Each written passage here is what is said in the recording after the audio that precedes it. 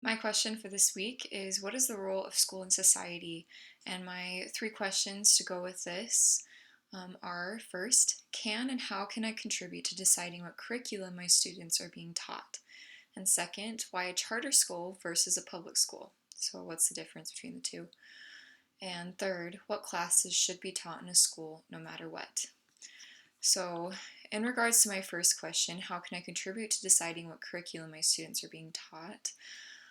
I love this quote from the essay that I read um, to help me with this question. It says, "This movement will re-elect effects of the emerging culture based on information technology and telecommunications on the lives of children, parents, and schools."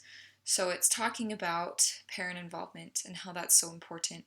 And a lot of the times, you can't really do much for the curriculum because it's based on what the school system of the US would like and the school system of the state. And so parent and teacher involvement is super important. From a teacher's standpoint, being involved in the school board, going to all the meetings, etc., is allows you to be on top of what your students will be taught. And you might not be able to have a say in what is taught, but you can have an influence and you can know. And this also goes along with parents. It allows them to be more involved, and the more you know, the more you have a say eventually. My second question, so why a charter school versus a public school, and vice versa? So I decided to look at a charter school and a public school and what are the benefits of each, and also like what can they offer. I went to a charter school personally, and I saw in a charter school that it was a smaller environment and that rules were enforced a little bit better or could be enforced better. And in a public school, that can happen, but a lot of the times, a lot of kids get away with it because there's so many kids in the school. And then there are things like how they're built. Like charter schools have less funds provided by the state, but then public schools are completely state funded.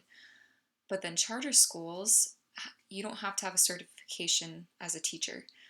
And then public schools, you're required to have a certification. This was a problem at the charter school I went to because a lot of the teachers were science teachers and they were teaching math.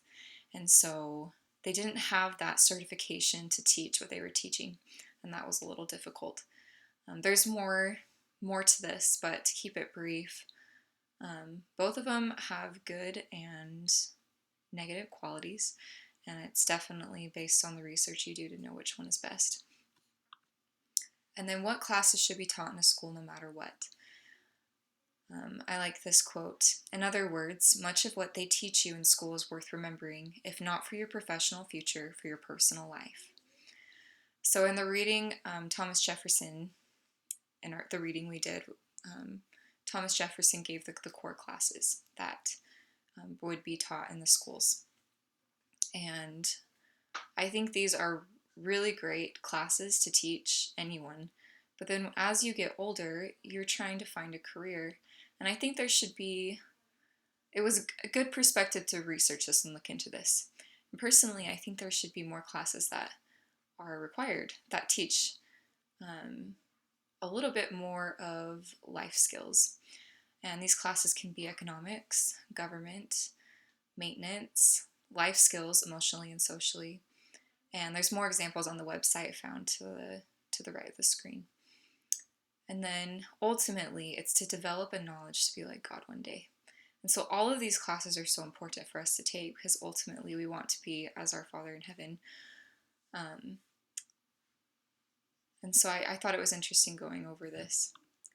And in conclusion, the world will always and continue to influence our schools and what its focus is. And being aware and doing something about what decisions are being made can greatly affect our children's future education. Thanks.